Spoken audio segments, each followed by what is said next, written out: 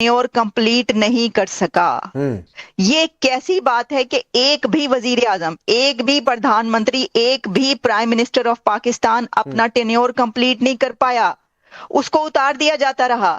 बहुत लड़ाई होती रही पॉलिटिशियंस में, यानी कि सिविल सुप्रीमेसी और दूसरी तरफ स्टैब्लिशमेंट या मिलिट्री, और वो लड़ाई अब यहां पर आकर खत्म हुई है कि जब पॉलिटिशियंस ने भी हथियार फेंक दिए हैं और उन्होंने कहा कि चलो अब क्या करें, अब ये करते हैं कि अब ऐश करते हैं। ठीक है, देखें, ये एक नैरेटिव चलता रहा पाकिस्तान के अंदर कि जो पॉलिटिशियन है वो गंदा है, वो करप्ट है, हमेशा से ये नैरेटिव बनाया जाता रहा। और मैं ये नहीं कह रही कि करप्ट नहीं है, हुआ क्या हुआ, ये कौन करप्ट नहीं है मुझे ये बता दीजिए। क्या जर्नल करप्ट नहीं है?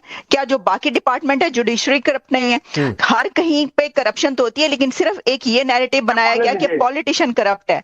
तो अब हुआ ये कि पॉलिटिशियन ने पॉलिटिकल पार्टीज, पीपल्स पार्टी जैसी पॉलिटिकल पार्टीज, पीएमएलएन जैसी पॉलिटिकल पार्टीज जो कहती हैं सिविल सुप्रीमेसी, उन्होंने भी वोट दिया है। ये बिल्कुल इस तरह है, मैं इसको अगर मैं इसको समअप करूं एक सेंटेंस में, तो आप ये देखिए कि जो 27वीं की रात होती है ना रमजान में, 27वीं की रात को सब बड़े ही लग कर इबादत करते हैं, कहते हैं कि ये बड़ी ही बरकत वाली रात है। और वो तमाम लोग जो कि दिन के वक्त दूध में पानी मिलाते हैं और मिर्चों में बुरादा मिलाते हैं, ईंटों का चूरा मिलाते हैं, हर तरह की बुराई करते हैं, वो भी उस रात को बैठकर बड़ी लग के इबादत करते हैं और कहते हैं हमारे तमाम गुनाह माफ हो जाएंगे।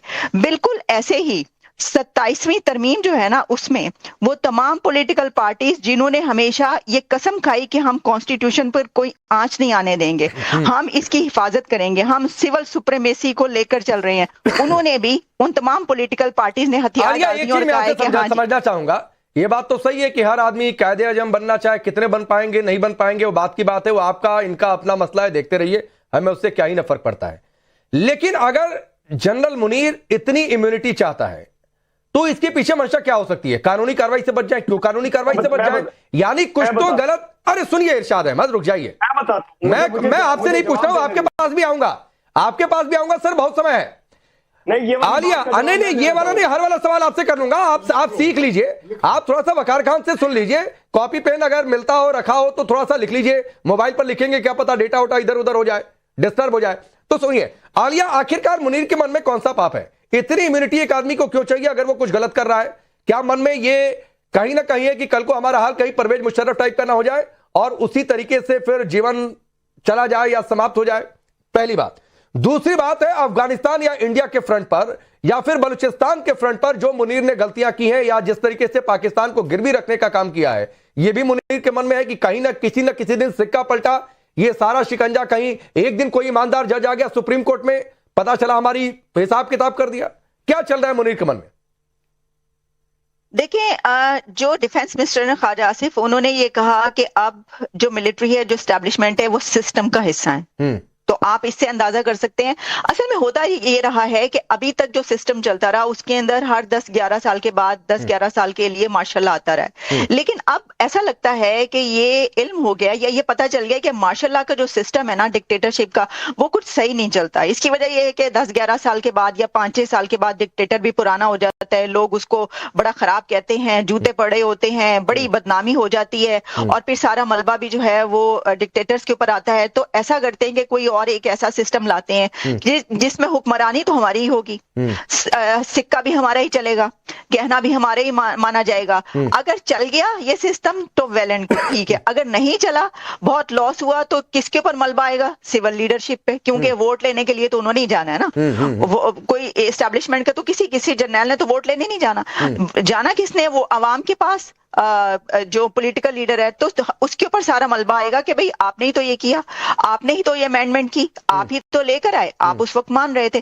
तो देखिए, इसमें मैं देख रही थी कि जैसे पॉलिटिशियंस कुछ ये कहते हुए नजर आए, मतलब बड़े अफसोस की बात है ये वाली बातें सुनना। और वो पॉलिटिशियन ये बात कर रहे हैं कि जो हमेशा सिविल सुप्रीमेसी की बात करते रहे, वो कह रहे हैं कि जी देखिए इस वक्त डंका बज रहा है, कहाँ एक तरफ जो है वो फील्ड मार्शल अमेरिका में खड़े हैं ट्रंप के साथ, दूसरी तरफ जो है वो रशिया में एक टांग है, एक टांग रशिया में है, एक टांग अमेरिका में है और एक टांग पाकिस्तान में, और फिर इंडिया के साथ क्या कुछ किया। तो देखें, इससे अच्छा ऐसा वक्त कौन सा होगा कि जब हम ये कहें कि जी ठीक है आपके जिम्मे सब कुछ, तो वो बस उनके सपोर्ट। ठीक है, इरशाद कुछ कह रहे थे, जल्दी बोलिए, फिर मैं शैलन जी आपके पास आता हूं। देखिए, आप अभी आलिया भी और आप भी कह रहे थे कि उनको क्या जरूरत है ताकत की।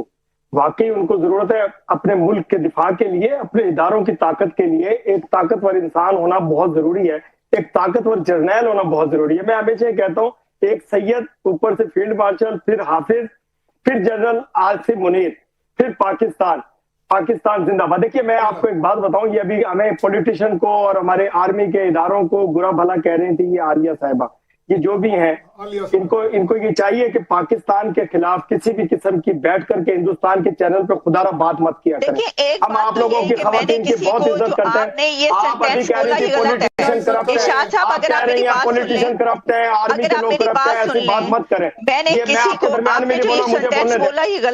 आप आलिया मुझे बोलने दें, आप बोलते रहिएगा। मैंने सही बोला, मैंने सही बोला।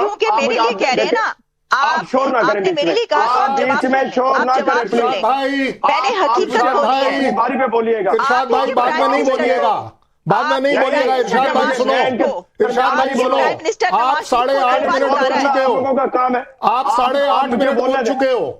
इरशाद भाई मुझे बोलने देंगे, मुझे एक बात सुन लो ना, इरशाद भाई आपने अपने देश को नीचे किया है। कोई भी आदमी अपने देश को नीचा करता हुआ दिखता नहीं है, मैं उसकी इज्जत करने को तैयार नहीं हूँ। मैं आपके मुंह पर बोल रहा हूँ, आप अपने देश में बोल रहे हो कि जर्नल की ताकत ऊपर है, देश नीचे है। क्या बात कर दी आपने? अरे आपसे अच्छी तो वो मैडम है, नहीं देश के लिए ठीक बात कर। एक चीज आता हूँ, एक मिनट, इरशाद अहमद सुनिए। आपने कहा ना कि ये जर्नल की ताकत, देखिए क्या है, पाकिस्तान की सच्चाई यही है और इसी में वहां पर मान बढ़ता है। आप नहीं समझ रहे हैं, आप नहीं समझ रहे हैं। पाकिस्तान में चर्चा है कि इरशाद अहमद टिकट मांगने गए चुनाव लड़ने के लिए, इनको बस का टिकट मिल गया, तो ओरिजिनल वाला टिकट मिल जाए चुनाव लड़ने के लिए। इसके लिए जरूरी है कि मुनीर, चूंकि सिस्टम है तो मुनीर की तरफदारी करें, तभी नहीं हो सकता है कि एक्चुअल इलेक्शन का टिकट मिल जाए।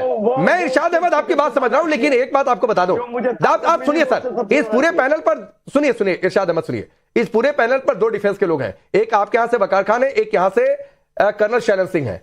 ये आप अपने मुल्क में, आपके यहां सिस्टम होगा कि आप अपने मुनीर, वकार खान, आप बताएं कि वो सैयद हैं, क्या है, नहीं है। सर हमारे हिंदुस्तान में नहीं होता ऐसा।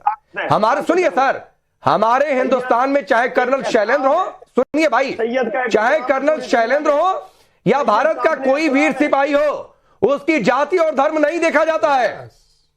लेकिन इस मुल्क ने हमीद को भी अपने सिर माथे पर बिठाया, जिसने पाकिस्तान के टैंक ऐसे बुम बुम करके उड़ा दिए थे। तो वो छोड़ दीजिए आप उधर, ये आपकी सबसे बड़ी गलती है। जो आपकी सेना हर बार धूल फाड़ती है ना, वो इसलिए कि आप अपने जर्नैलों को, इरशाद अहमद सुनिए, आप अपने जर्नैलों को जनरल कम, फील्ड मार्शल कम, उन्हें मुल्ला ज्यादा समझते हैं।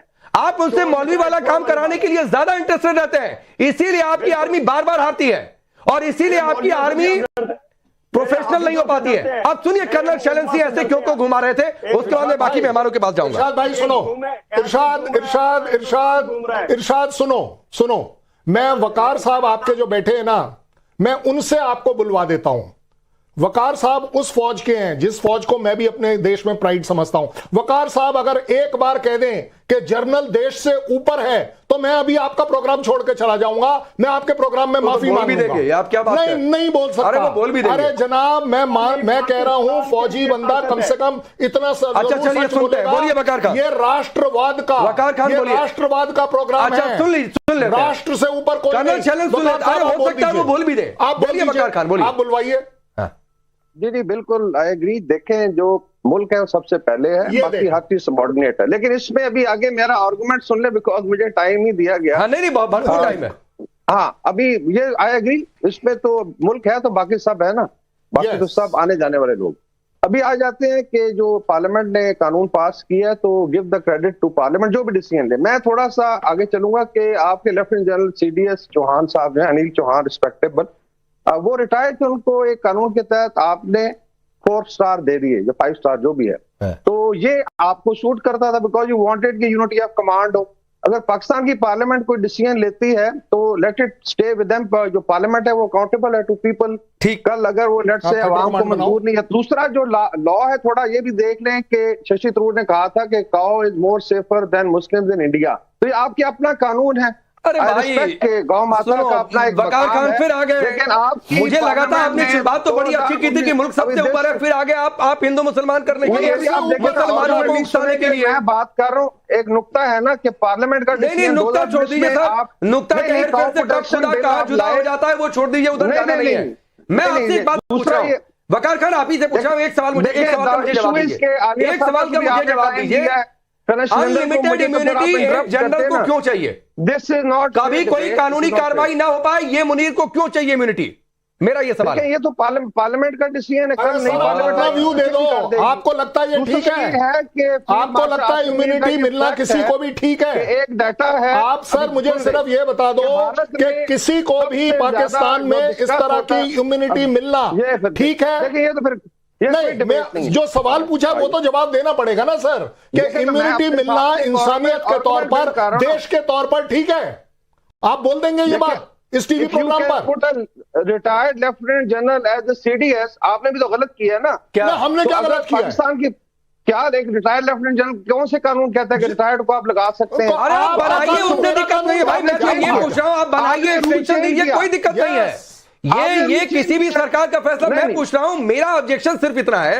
ऑब्जेक्शन क्या, ऑब्जेक्शन भी क्या होगा? आप देते रहिए इम्यूनिटी, मुझे उससे क्या ही फर्क पड़ता है, आप देते रहिए। लेकिन एक सवाल है कि भाई एक आदमी को अनलिमिटेड इम्यूनिटी क्यों चाहिए? For more of such videos do like, share and subscribe to ET Now Swadesh।